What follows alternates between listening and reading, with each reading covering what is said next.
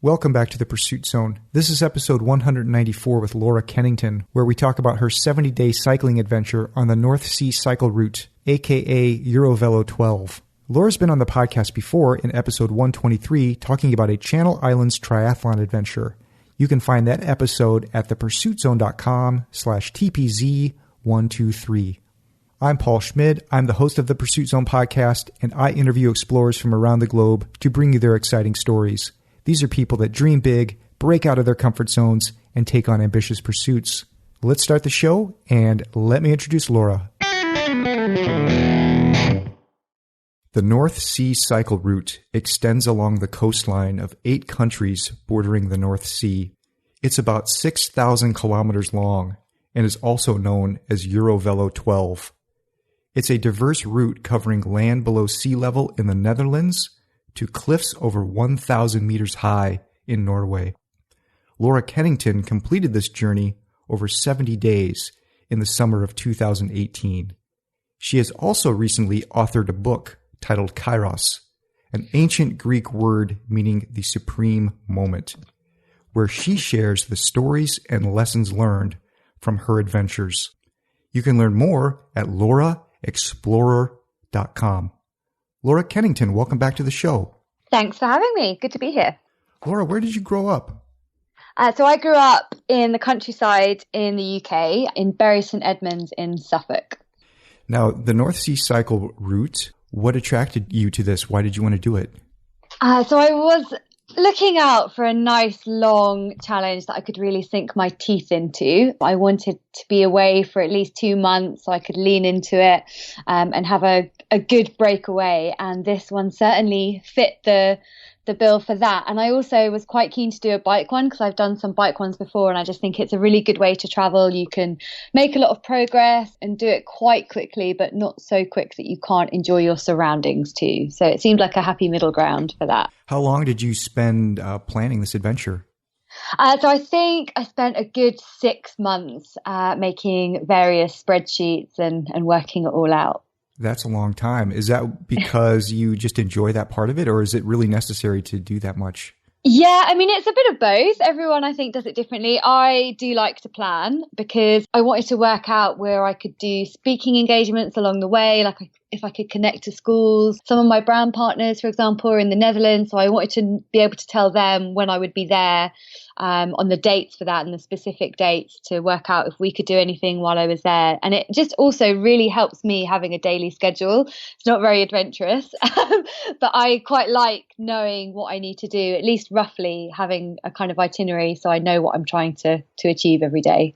Now, before this, looking through your website, it looks like you did a cycle trip up in Scotland. Was that kind of like a little shakedown tour? Or? Yeah, the North Coast 500 is like a lap of the Scottish Islands, and I'd actually attempted to do it the first time in 2017, but I'd injured my leg. So I came back in 2018 to do it as a kind of pretty sadistic warm-up lap to the North Sea cycle route because the Highlands of Scotland are unbelievably hilly. But it was a good kind of warm-up. I thought that if I could get through that, then it meant that my leg had healed and I'd kind of get my mindset ready for the much bigger challenge ahead. Well, let's talk about your bike and how it's set up for this adventure. First of all, let's start with the bike. What can you tell me about it? So it's not especially designed for adventure, actually, my bike. It's an entry-level road bike that I've had for many years. So it's got the standard skinny road bike tyres. It did have some pannier bolts that I fitted onto it, but it's not a specialised touring bike or anything like that. It's just a standard aluminium frame road bike. And it seems like that's all you need. Yeah, I mean, so far so good. She hasn't let me down yet. So. And so what do you have on your bike in terms of the luggage? So I had 2 panniers on the back for this one that I tried to keep very light. And then I had a front kind of roll bag as well. And in terms of the stuff that I brought with me, I just tried to keep it down to bare essentials. So for the UK section, I did have my laptop with me because I was doing some talks as I went. I then ditched that by the time I headed over to Europe. So I had like 1 change of clothes for off the bike, 2 pairs of shorts that I would kind of rotate. And I tried to keep it really minimal. And then it was just my camping stuff. So I had a lightweight tent, a sleeping bag, and things like that. But I didn't carry a stove or anything like that to try and keep it as light as I could. You didn't carry a stove. No. So what were you eating?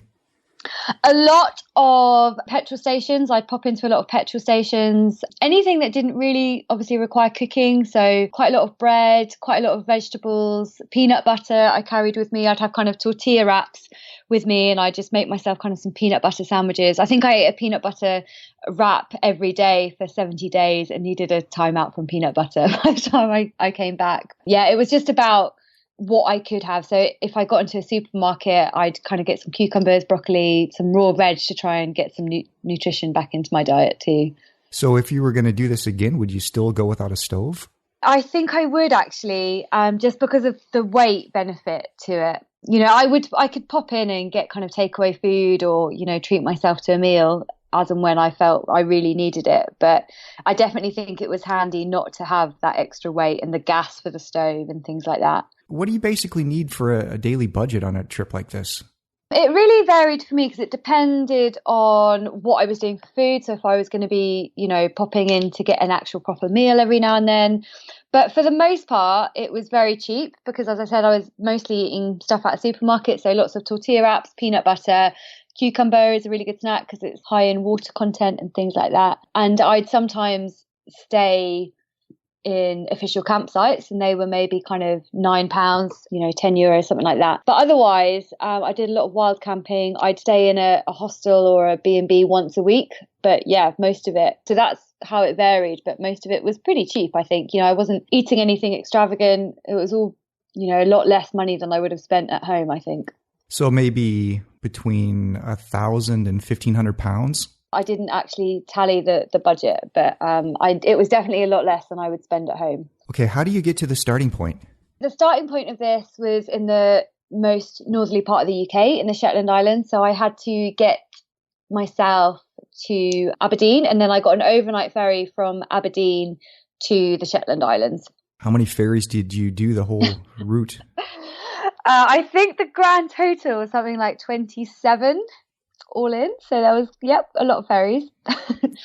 So what's the situation with ferries? I don't have a lot of experience just based on where I live here in the U.S. I mean, what happens when you get into one of these ferry ports? Is it really confusing or is it easy to figure out what to do? Yeah, a lot of the ferries, so although there were 27 in total, a lot of them were really small kind of inter-island ferries. So there was a couple of larger crossings, but in the Shetland Islands, for example, they have kind of the ferries that kind of hop from island to island. So some of the crossings were like 30 minutes, some were only an hour. In Sweden, kind of the same. They had quite a wiggly coastline. So you're just getting these little ferries that take an hour or so. And it's really well set up, actually, especially if you're on a bike. You can normally skip the queue a bit. And it was a good chance to get on there, maybe get a hot drink. Some of them had cafeterias, so I would get myself some chips and a hot meal. And yeah, it was a nice little rest before then kicking off again. And do they let you ride for free because you're on a bicycle? Some of them, yes.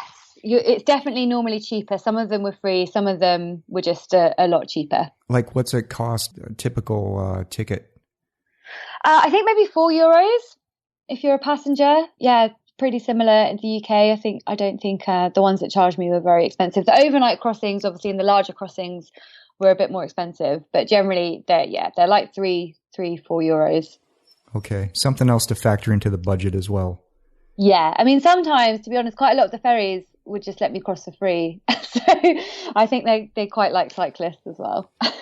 Well, let's talk about this route and maybe we can just talk country by country. So let's talk first about Scotland. What was your experience like there?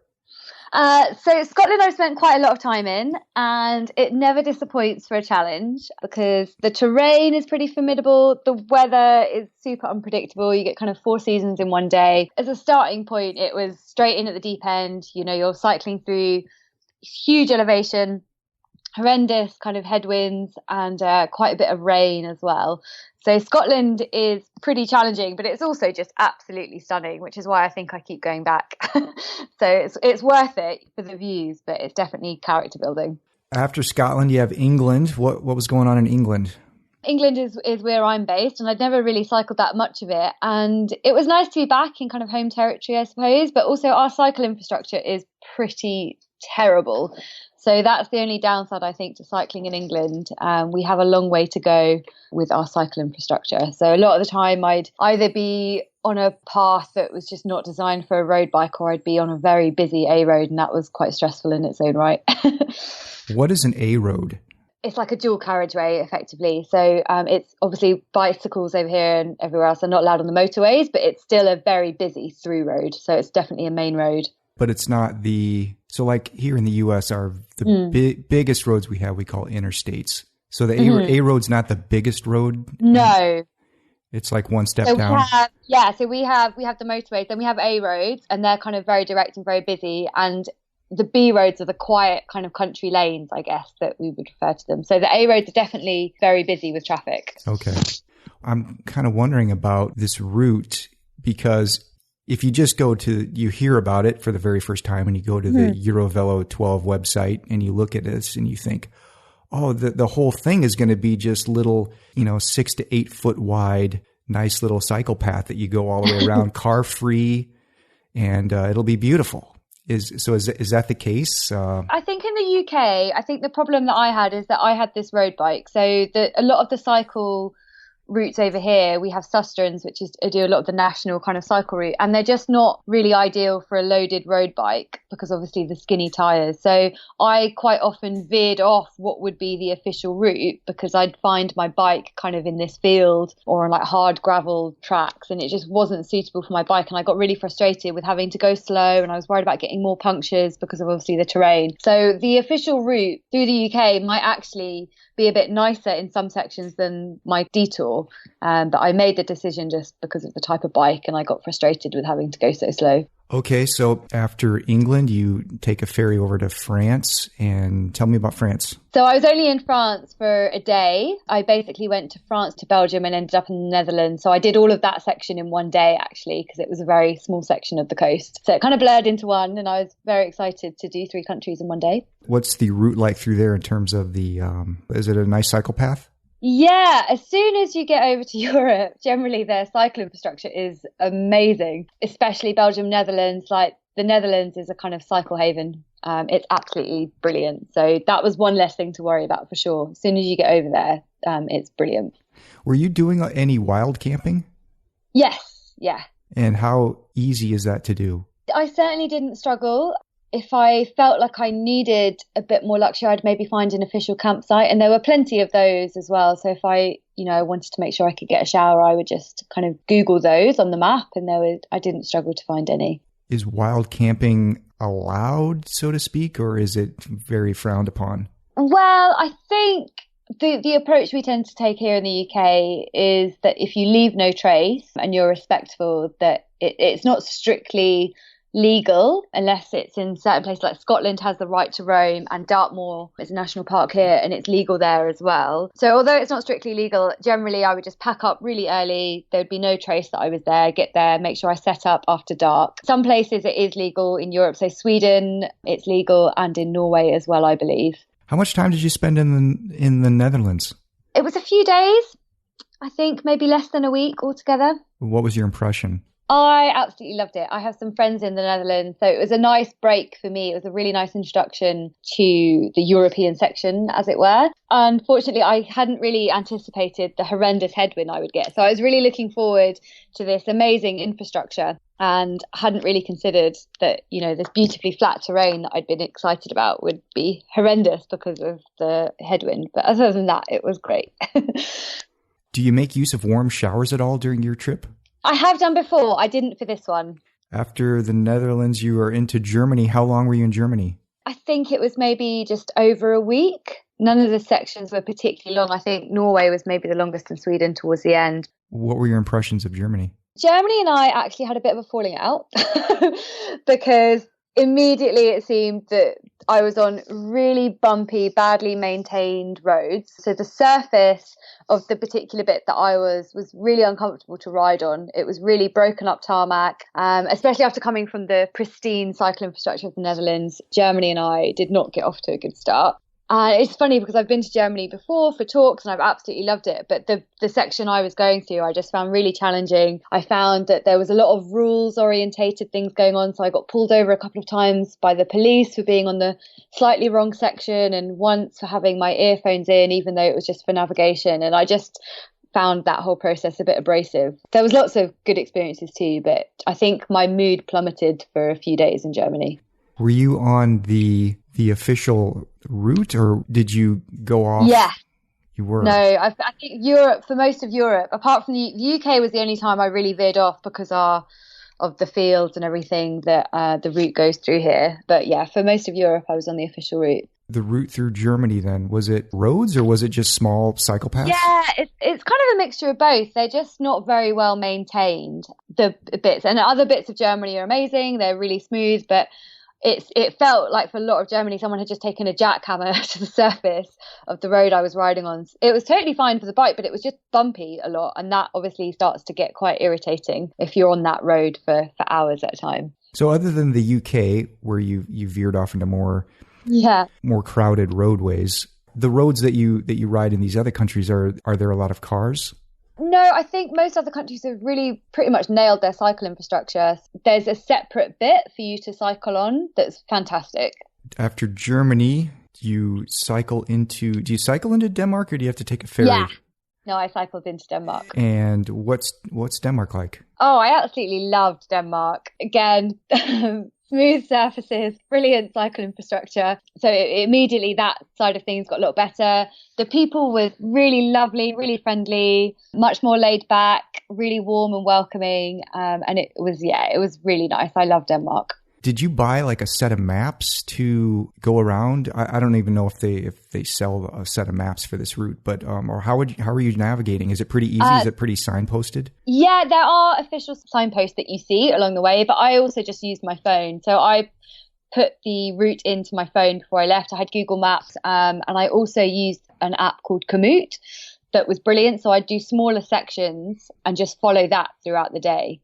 How do you spell that? Kamut? KOM and then OOT. And it's fantastic because unlike Google Maps, for example, it's set up specifically for cyclists or hikers. And so the routes that they suggest are just a bit more geared up towards what I needed them for. Google Maps tends to send you off on a treacherous detour somewhere. Okay, from Denmark now to Sweden. What's going on in Sweden? Sweden was probably the first time since leaving the UK that I noticed it getting hilly again, which was great, actually. I never thought I'd miss hills so much, but after, weeks of riding through flat terrain, it was actually really nice to be using different bits of my leg muscles and coasting downhill. It was lovely. Again, like just a really beautiful, beautiful scenery. And I was very happy to be there. Along this route, are you running into a lot of other people that are cycling the route? I only came across actually a few towards the end that had cycled it, and we all met on the same ferry on the penultimate day.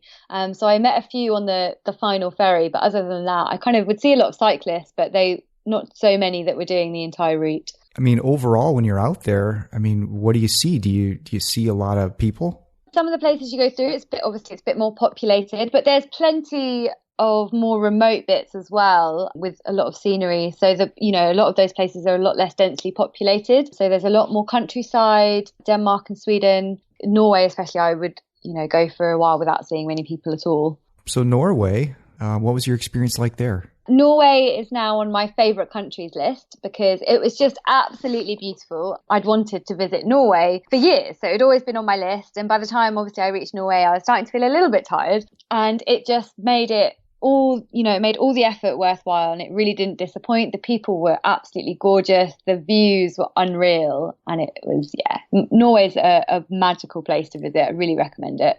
So it was a really good one to save for last.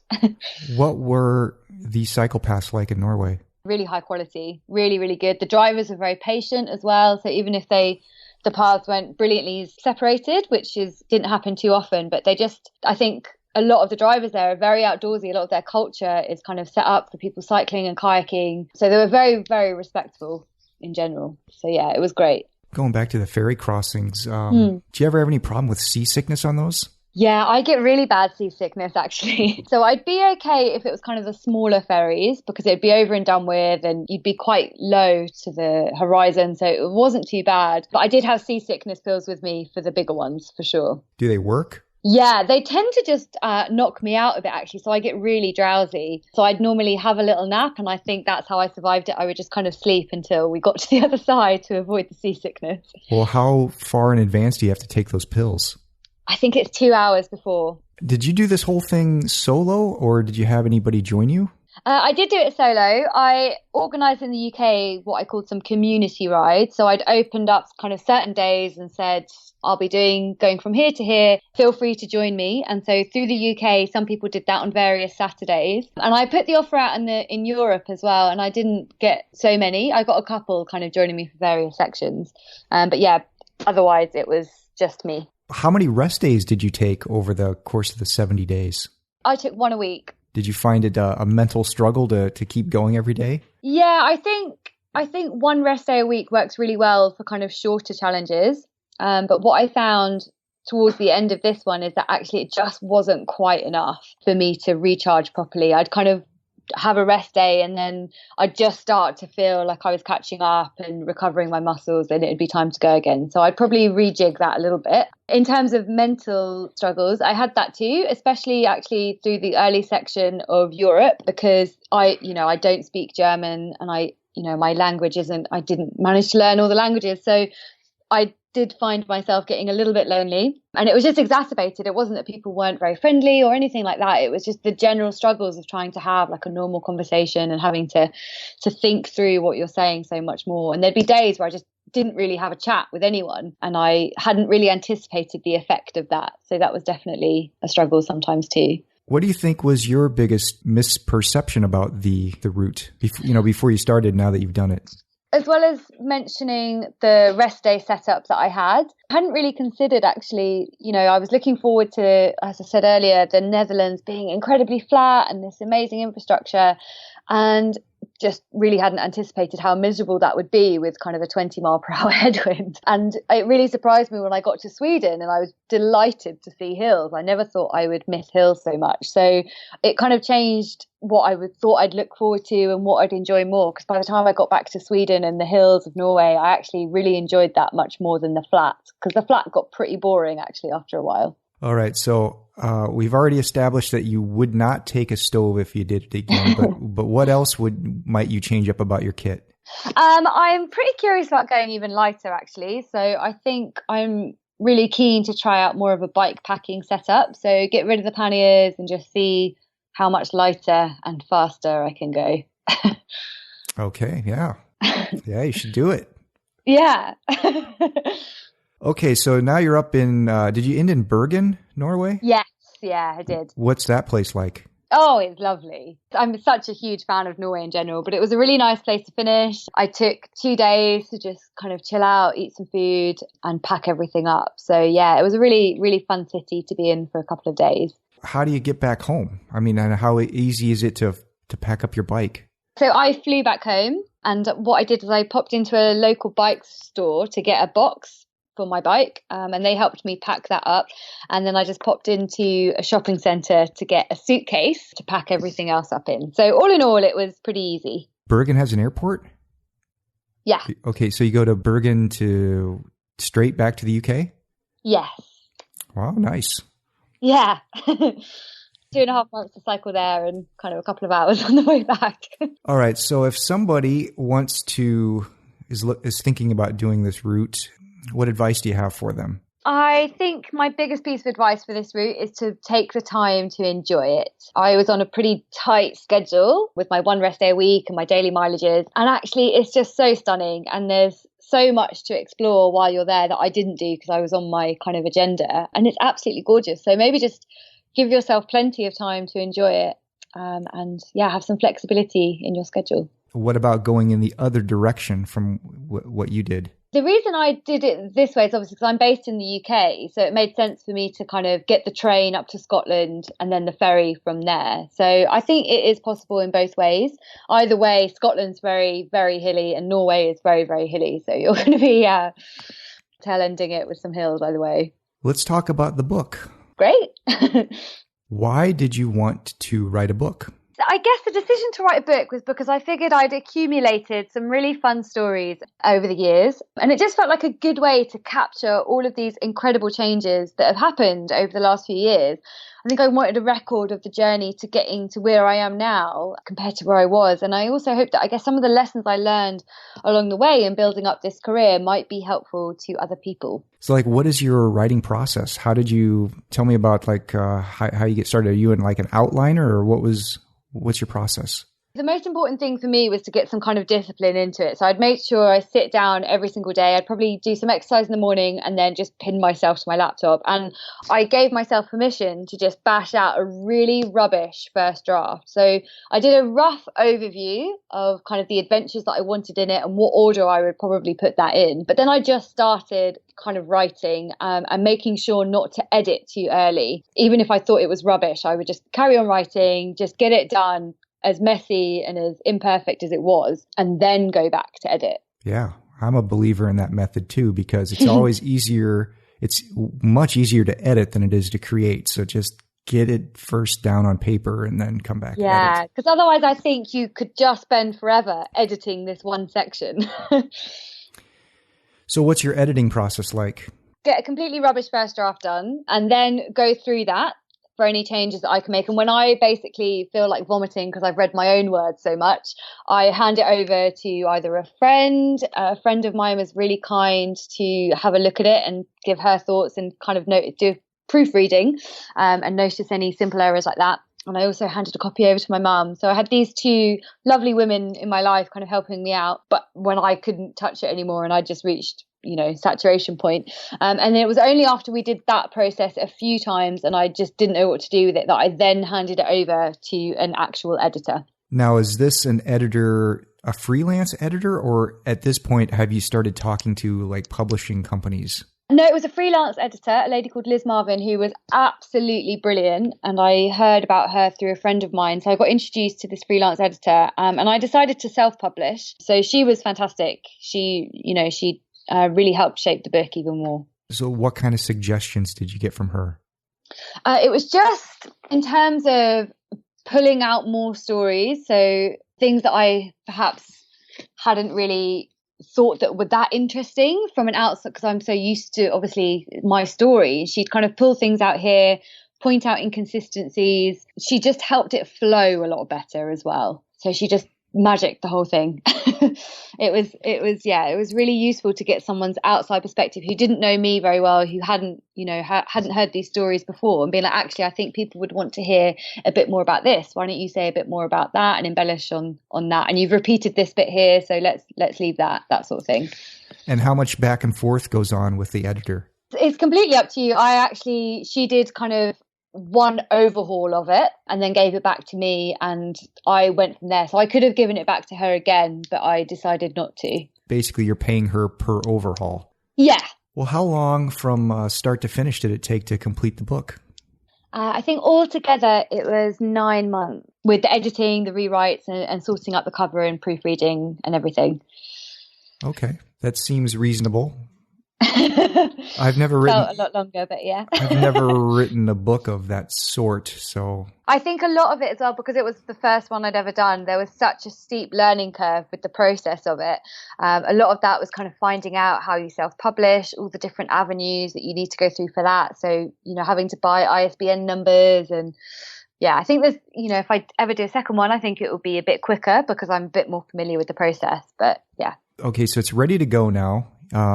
You've got your digital file, let's say, and it's ready to turn into a book. How does that happen? There's two different things here. I uploaded it to Amazon, so Amazon can distribute it as well. You reformat it for Kindle, so that's a separate file that goes up for Kindle. And I also approached an independent printing place, so I have copies of my own that I can sell when I go to talks and things like that. The next piece, you have it up and ready to go for sale. What about the marketing bit? What did you have planned for that?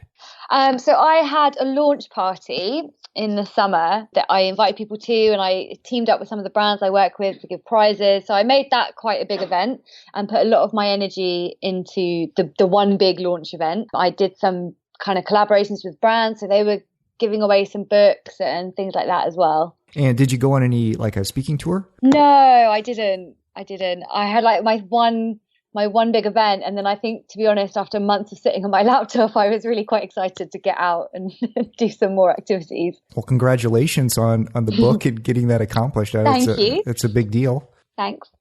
I read that you had done some speaking at an international ocean film tour. What was that about? That would have been actually one of the other times that I went to Germany before the trip. So I am an ambassador for a brand called Keen Footwear, and they are one of the sponsors that help make the Ocean Film Tour happen. So I spoke there a couple of years ago just about mental resilience and encouraging people to have a bit more everyday adventure, really. I think these film festivals are so exciting and they're adrenaline fueled with all these films, but I'm really keen to encourage people to take a bit of that inspiration and bring a bit more adventure into their own lives too. Now, you do this sort of business of, or your business and what you do is kind of adventure full time and work with brands and all this stuff, which is, I think it's cool. It's a great way to make a living if you can do it. I imagine it's a lot of work, and I wanted to understand, I had a question about it though. Like when you're doing an adventure, say like this North Sea cycle route, mm-hmm. Do you kind of determine the adventures that you want to do based on like the brands you work with and the opportunities that are going to arise by doing this type of an adventure? Or do you just say, you know what, I just want to do this adventure and then I'll see what kind of business stuff comes out of it at the back end?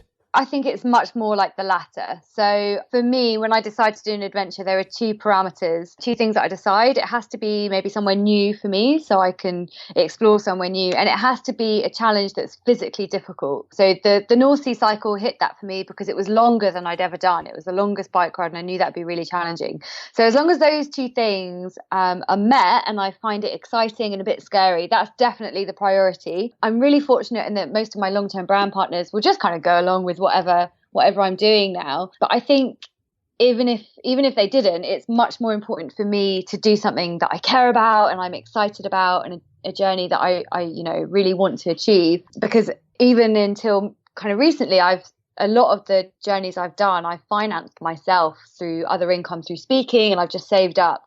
So the brand partnerships for the adventures are a second thing, really. Well, Laura, what's next for you? Well, it's an interesting time to ask that question. I was planning to be away from May of this year, but obviously with the current coronavirus situation, things are on pause a little bit, as I think they are globally. So I'm taking this time in the immediate future to get organised, to maybe do some admin and set up some long-term projects that I haven't really had time to do before. But as soon as we're all allowed outside to play again, I'll be planning another endurance challenge. How can people contact you if they want to learn more? Social media, very social. So I'm on Instagram at Laura Kairos. I'm on Facebook as well at Laura Kairos, and Twitter at Kairos Laura. And then obviously the website that you mentioned at the beginning, lauraexplorer.com. So yeah, any of those are good to come and say hi. Laura Kennington, thanks again for coming on the show and sharing your story about the North Sea cycle route. And hey, congratulations once again on creating that book, and best of luck. Thank you so much. Thank you for listening. This episode was recorded on April 2nd, 2020. To send feedback, you can write to me at paul@thepursuitzone.com, or if you want to leave a voice message and maybe get your voice on the show, you can do so at speakpipe.com/thepursuitzone. The best way to support the podcast is, of course, to subscribe, and be sure to share this episode with your friends. For the subscription links, show notes, and more, visit thepursuitzone.com.